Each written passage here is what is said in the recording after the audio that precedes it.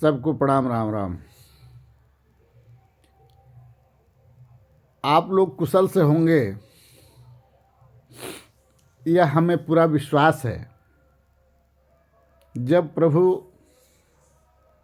अयोध्या में आ गए और प्राण प्रतिष्ठा हो गया और प्रभु श्री राम जी का मंदिर, उनका महल, उनका घर बन गया, तो हनुमान जी भी आए ही हैं और आएंगे भी। तो हनुमान जी यह एक भक्त की भक्ति, ऐसी भक्ति होनी चाहिए जो भगवान को विवश कर दे भक्त की मुराद पूरी करने की। एक इंसान था जिसका शादी होने के बाद कुछ ही दिन में उसके एक पत्नी ने एक बच्चे को जन्म दिया। बच्चे के जन्म होते ही उनके पत्नी का अंत हो गया। लेकिन वो जो पत्नी के पति थे, वो हनुमान जी के इतने बड़े भक्त थे कि सुबह 4 बजे उठना, स्नान ध्यान करना, मंदिर जाना, आरती पूजन करना, हनुमान चालीसा का पाठ करना, ये सब करते थे और अपने लड़के को बहुत मानते थे। माँ का भी प्यार देते थे और बाप का भी प्यार देते थे।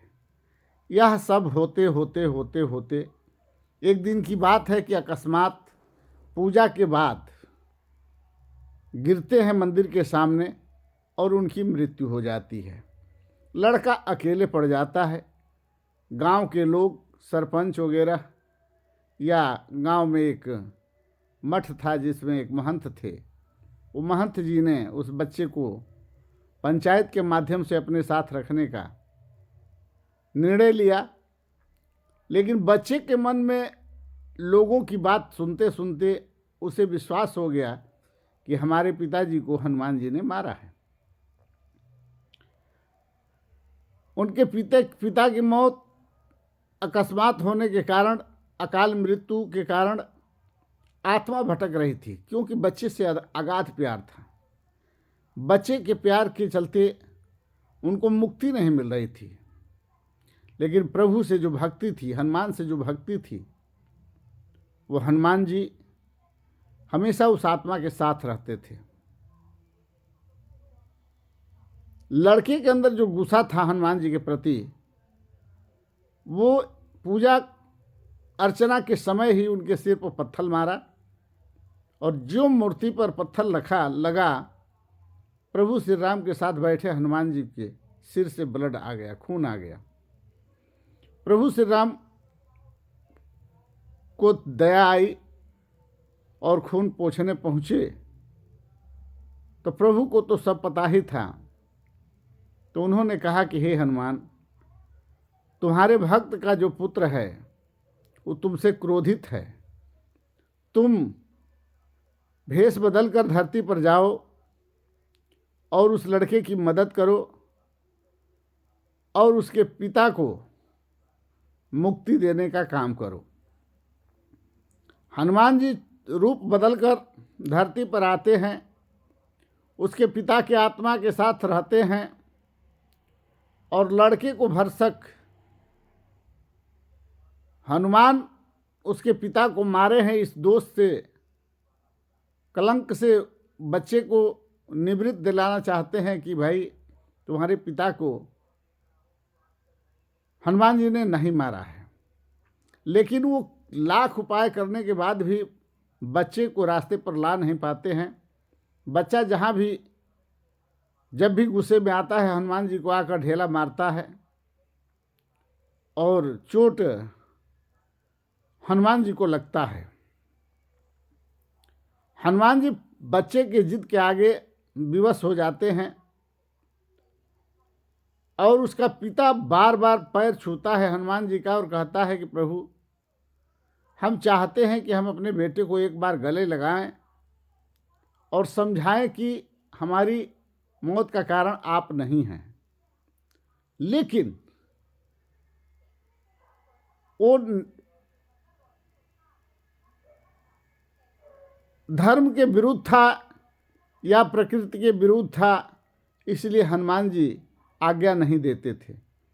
लेकिन जो उस गांव में, जो दूसरे गांव में जो रामलीला होता था, उस रामलीले में एक जो हनुमान जी का रोल करने वाला था, जिसकी शक्ल उसके पिताजी से मिलती थी और उसके भी 11 वर्षों से बच्चे नहीं हुए थे, लेकिन हनुमान जी का रोल करने की वजह से वो गांव में जब हनुमान जी को देखा तो बच्चा उन अपने पिता की मांग करने लगा और उनको पीछा कर लिया।